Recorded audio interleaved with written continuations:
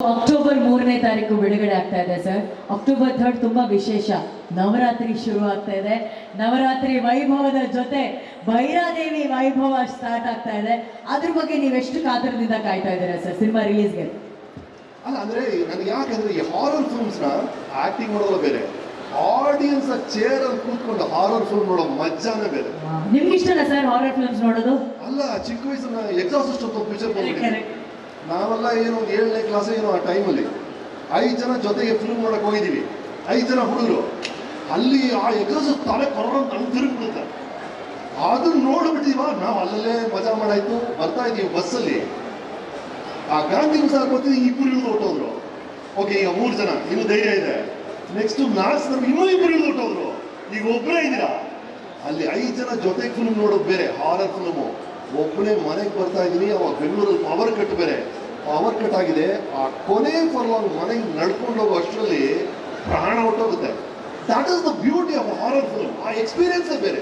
ನೀವು romance films, action film, ಅದರ ಮಜಾ ಬೇರೆ, ಅಲ್ಲಿ ಮರ್ತು ಬಿಡ್ತೀರಾ.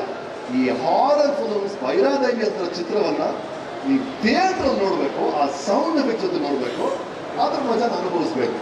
Lovely sir. ಆಲ್ಸೋ ನಮ್ಮ ನಿರ್ದೇಶಕರು ಹೇಳ್ತಿದ್ರು, ಕಾಶಿಯಲ್ಲಿ ಒಂದು ದೃಶ್ಯ ನೀವು ಅಲ್ಲಿ ದೃಶ್ಯೀಕರಣ ಮಾಡಬೇಕಾದ್ರೆ, ಚಿತ್ರೀಕರಣ ಮಾಡಬೇಕಾದ್ರೆ, ಕಾಶಿ ಅಂದ ತಕ್ಷಣ ಜೀವನದ ನಗ್ನ ಸತ್ಯಗಳು ಬಹಳ ಎದುರಲ್ಲೇ ಕಾಣುವಂಥ ಒಂದು ಜಾಗ.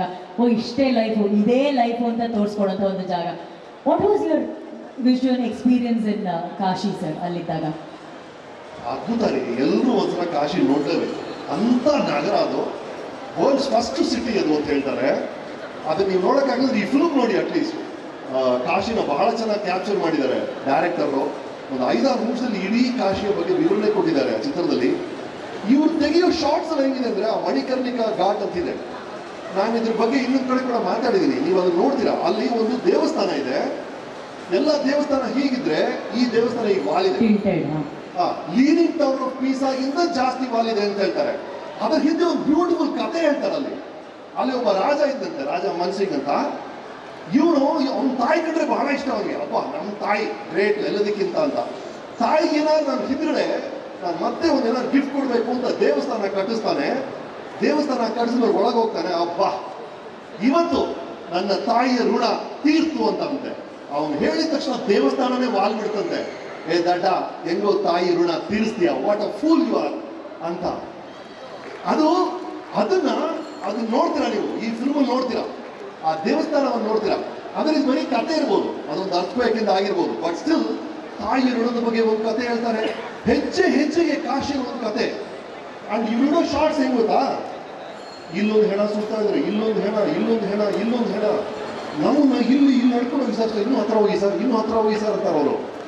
ಇಡೀ ಚಿತ್ರ ಶೂಟ್ ಆಗಿರೋದೆ ಈ ತರ ಜಾಗಗಳಲ್ಲಿ. ಬೆಂಗಳೂರಲ್ಲಿ ಒಂದು ಸ್ಮಶಾನದಲ್ಲಿ ಒಂದು 20 ದಿನ ಶೂಟ್ ಮಾಡಿದ್ದೀವಿ. ಚಿತ್ರ ಇರೋದೇ ಆ ಥರ. ಚಿತ್ರ ಇರೋದೇ ಸಾವಿನ ನಂತರ ಏನಾದ್ರು ಒಂದು ಇದೆಯಾ, ಅದು ಒಂದು ವೇಳೆ ಮತ್ತೆ ಬಂದರೆ ಏನಾಗುತ್ತೆ, ಈ ದೆವ್ವ ಅನ್ನೋದು ಏನು ಅನ್ನೋದ್ರ ಬಗ್ಗೆನೇ ಚಿತ್ರ ಇದೆಯಲ್ಲ, ಆಗ ಅಂತ ಕಡೆನೇ ಶೂಟ್ ಮಾಡ್ತಾ ಇದ್ದೀವಿ. ಸೊ ಬೆಂಗಳೂರಲ್ಲಿ ಇಲ್ಲಿ ಶಾಂತಿನಗರ ಸ್ಮಶಾನದಲ್ಲಿ ಶೂಟ್ ಮಾಡ್ತಾರೆ ರಾತ್ರಿ 12:30. ಫಸ್ಟ್ 2-3 ಡೇಸ್ ಅಭ್ಯಾಸ ನಮಗೆ. ಆಮೇಲೆ ನೋಡ್ತಾ ಇದೀವಿ, ಒಂದು ಪೊಲೀಸ್ ಲೇಡಿ ಬಂದರು. ಅವ್ರ ಹತ್ರ ಬಂದರು, ಒಂದು ಸಾರ್ ಫೋಟೋ ತಗೋತೀನಿ ಸರ್, ಸೆಲ್ಫಿ ತಗೊಂಡ್ರು.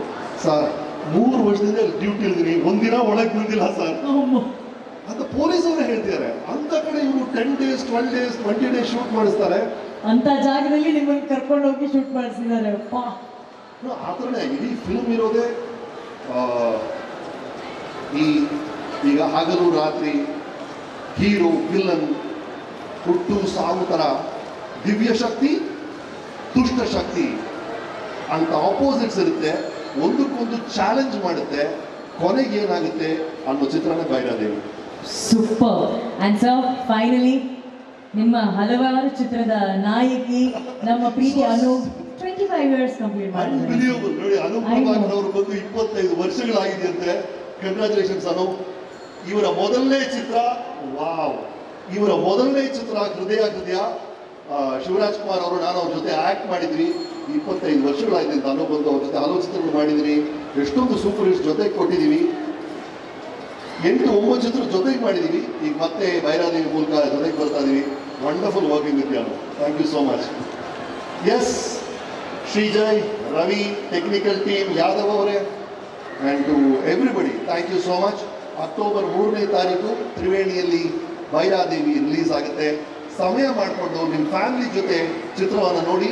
ಇದು ಹಾರರ್ ಫಿಲ್ಮ್ ಹೌದು, ಜೊತೆಗೆ ಅದ್ಭುತವಾದ ಫ್ಯಾಮಿಲಿ ಸ್ಟೋರಿನೂ ಇದೆ. So it is horror come family ನೋಡಿ. ಆ್ಯಂಡ್ ಡೆಫಿನೆಟ್ ಆಗಿ ದೊಡ್ಡ ಸ್ಕ್ರೀನಲ್ಲಿ ಆ ಸೌಂಡ್ ಜೊತೆ ನೀವು ಎಂಜಾಯ್ ಮಾಡಬೇಕಾಗುತ್ತೆ ಚಿತ್ರ Bhairadevi. Thank you so much, sir. Thank you for sharing your words, sir. Thank you thank you all, thank you.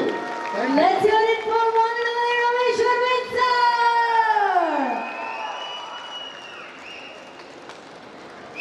ನಾನು